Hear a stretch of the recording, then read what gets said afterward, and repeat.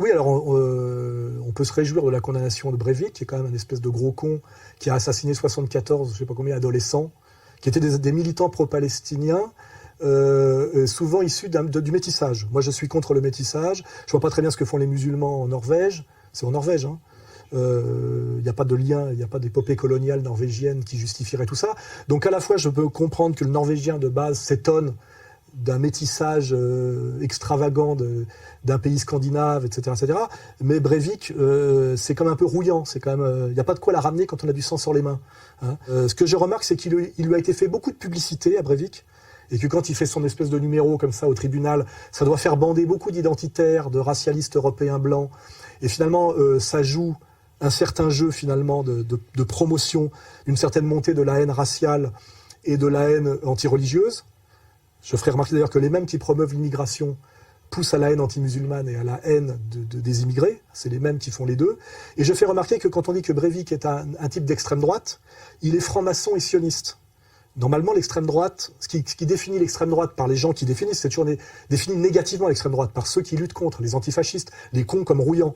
Je veux dire, normalement, un franc-maçon, on a la photo avec son tablier, hein, vénérable, je crois, hein, et un sioniste déclaré, n'est pas un type d'extrême droite typique. En général, l'extrême droite historique, c'est anti-maçonnique et antisémite, et aussi donc anti-juif global, donc plutôt anti-sioniste. Hein, si on regarde, voilà l'histoire, voilà, l'histoire. Donc, ce qui est marrant, c'est on dit toujours que Breivik est un type d'extrême droite, mais on ne fait pas remarquer qu'il est franc-maçon et sioniste, et que finalement, c'est en tant que militant sioniste qu'il est pour la purification ethnique, la pureté de la race, la haine du musulman et le refus du métissage, qui est d'ailleurs un refus du métissage à deux vitesses quand on réfléchit bien. Hein. C'est métissage pour nous, et refus du métissage pour les autres. Il suffit de regarder ce qui se passe en Israël aujourd'hui avec la communauté africaine.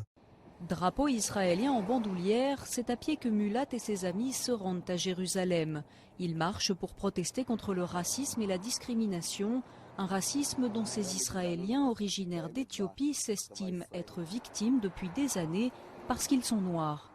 Ce 18 janvier, près de 1500 Israéliens d'origine éthiopienne manifestent. Parmi eux, beaucoup de jeunes comme Mulat qui réclament une loi antiraciste. Un mouvement qui a débuté début janvier suite à des informations selon lesquelles des habitants d'une ville du sud d'Israël refusaient de louer des appartements à des Éthiopiens. Voilà. Donc je rappelle bien que Breivik n'est pas un militant d'extrême droite typique. C'est un militant de cette nouvelle extrême droite qui domine partout en Europe et qui en général va chercher ses ordres à la Knesset, c'est-à-dire l'extrême droite Lieberman, Netanyahou. C'est une extrême droite sioniste et franc-maçonne. Hein. C'est pas un petit détail que de le faire remarquer. Voilà. Et à part ça, qui crève et donnons-lui le moins possible la parole, parce que sinon pour moi c'est de la propagande déguisée, de le médiatiser, de le montrer. Si on voulait ne pas nuire et ne pas pousser au prosélytisme, on le cacherait beaucoup plus.